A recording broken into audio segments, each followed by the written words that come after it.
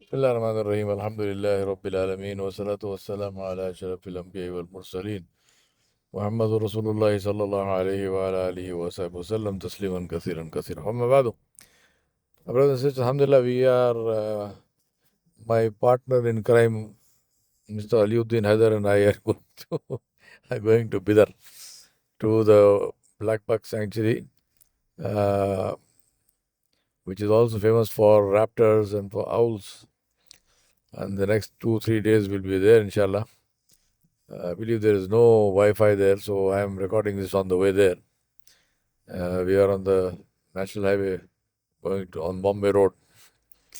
So Alhamdulillah, I am most grateful to Allah Subhanahu wa Taala for very very special friends and brothers like this, whose company I enjoy, who are always there, and mashallah, Alhamdulillah, Allah has enabled us to spend some beautiful time together. The topic that we have been talking about of being grateful to Allah Subhanahu wa Taala and the importance of that, I want to continue with that. The secret to the love of Allah, the hubb of Allah, to develop the hubb of Allah. The secret to that, the way to do that, is to be consciously grateful to Allah Subhanahu wa Taala. Now, Alhamdulillah, we are all thankful, inshallah.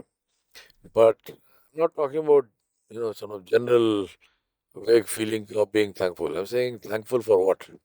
So think about in specific things. Think about specific things that we are and should be thankful to Allah subhanahu wa ta'ala for. For example, take the, according to me, the great miracle of language.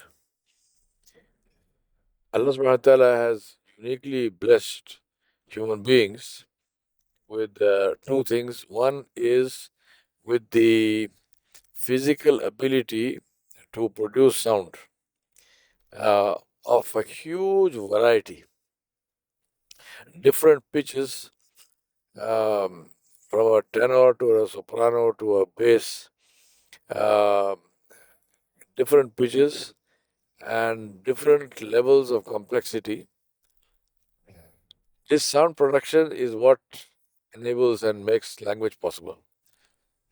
Animals also make sounds. I mean, obviously, all animals make sounds. Um, Birds sing beautifully. But the difference between the song of a bird and the song of a human being is not only in the words and so on, which of course we can always argue that the bird's words we don't understand, fair enough, but also in the variety of the sound. Because at the end of the day, that bird song is only one set of sounds. Now, birds, of course, have different kinds of calls, so each bird doesn't have only one. But if you just think about it, and how many different calls does a bird have? Maybe four, five. But for a human being, uh, the ability to produce sound is almost unlimited. So that's the first thing. The second thing Allah subhanahu wa ta'ala gave us is the intellectual capacity to take a thought, convert that thought into what we call a word, which we then write, what we call write, which is we make some squiggles on paper, which represent that word, which opens that thought. So, for example, I look at my wife, you look at your spouse, you look at your child, you meet your friend, and you have a feeling, this thought and this feeling in your heart, which you have given the word love. So I love my friend, I love my wife, I love my child, I love my father, mother. What is love? Now, the issue of what is love, there are reams and reams of poetry written, and there are, God knows, thousands and millions of pages of prose which are describing love. But that whole thing is condensed into one word, which is L-O-V-E, love. Hub, Muhabbat, Ishq, all different languages. I'll come to that in a minute. So, this word, love. So, this love when somebody says love, it opens this door in your mind and your heart to the actual feeling. Then you take this word love and you write it on paper. Right? Uh, there's an L, which is a vertical line, which is standing on a horizontal line, and then there is a circle, and then there are two vertical lines which are at an angle, so they join at the bottom. And then there is one vertical line with three horizontal lines, which is LOVE. These squiggles, these marks on the paper, uh, somebody who knows that language just looks at those marks on the paper and he produces the same sound, love, as the first person who ever said love. Now imagine, just think about the complexity of this. Now, then, since these sounds and these squiggles are local, we have our multiplicity of languages. So you have love in English, you have hub in Arabic, you have muhabbat or ishq in Urdu, you have prem in Hindi, you have anbu in Tamil, and you have pasam in Tamil and Malayalam. I mean, you go through the works, right? So each language has a different word for the same feeling, for the same thing. So when you speak Tamil and you are saying pasam or anbu, and somebody is speaking Arabic and is saying hub, they are thinking the same thing. There's no difference, but they're describing it in a different way, with a different word. Right? Just reflect. That's why I say we should live thoughtfully. We should not live like robots. Somebody just turns the key and then we go around and around. We have to think and reflect. This is how we thank Allah subhanahu wa ta'ala.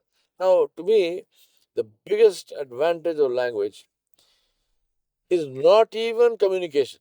Communication is obviously one of the huge advantages where we can convey our thoughts and our feelings to each other and in different ways and so on. And that results in our own ability to influence, our own ability to guide, our own ability to make friends, right? And all of this. But to me, that is not even the biggest advantage of that. That is a huge advantage, but not the biggest. To me, the biggest advantage is that thanks to language and thanks to the fact that it can be written, today I can read Plato's Republic, a book that was written over 2000 years ago. Right?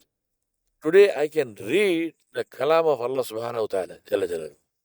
This is my Rabb, which was the original part of the Quran. That's why it's called the Kalam. It's not called the Kitabah. It's called the Kalam. It's the speech of Allah. Allah subhanahu wa ta'ala spoke and Jibreel alayhi salam heard. Jibreel alayhi salam memorized that and he conveyed it and he spoke to Rasulullah sallallahu alaihi wasallam and Rasulullah sallallahu alaihi wasallam memorized it. He heard it and then he spoke it. Remember, until all of these stages there is no writing. Right? It's all the spoken word. And then Nabi sallallahu alaihi wasallam spoke to the Sahaba and at that point it was written down. The Sahaba also heard it, they memorized it, and then that was the time when it started to get written down. And Alhamdulillah, today therefore, when I say Alhamdulillah Rabbil Alameen, just reflect on this. When I'm saying Alhamdulillah Rabbil Alameen, I'm reading it by looking at it in the Mus'haf, but I'm actually making the same sound which was made by Rasulullah sallallahu alaihi wasallam, which was made by Jibreel salam, and which was made by Allah subhanahu wa ta'ala. Now imagine this is what kind of feeling does it produce and should it produce in our hearts? To say that I am making the same sound that my Rabb Jalla Jalaluhu made when he said Alhamdulillah Rabbil Alameen. So this is the power of language. So language therefore gives human beings the ability to convey their thoughts and actions across centuries, across generations. Literally, language made human beings immortal.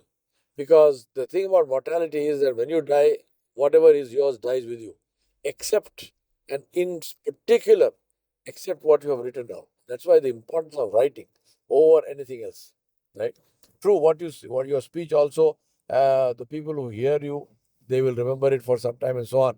But after one or two generations, it goes away because nobody remembers that long, and maybe things are not mentioned. and after some time, it's lost. But what is written down remains, and it remains as long as Allah wants to give it. That's why today we have books which are, as I said, 2,000 years or more old, that are still there and which can be read and understood, all because of the miracle of language. That's why Allah subhanahu wa ta'ala called language itself is among his miracles in the Quran. And Allah subhanahu wa ta'ala made Arabic language. He chose Arabic as his language to convey his commands and his kalam to human beings. So just think about this, and then we thank Allah subhanahu wa ta'ala. Alhamdulillah, Ya Rab, you gave us this ability. And therefore we need to use this ability by learning language, by learning to communicate properly, and by writing, and by conveying all that is good, and working against all that is evil, for the pleasure of Allah subhanahu wa ta'ala. Amar bil maruf wa nahy anil munkar. We ask Allah subhanahu wa ta'ala to help us to do that which is pleasing to Him, and to save us from that which does not please Him, and to help us to reflect on all the blessings that He has given us. Inshallah, we'll talk about this more, because I need to record a couple of these for Omer.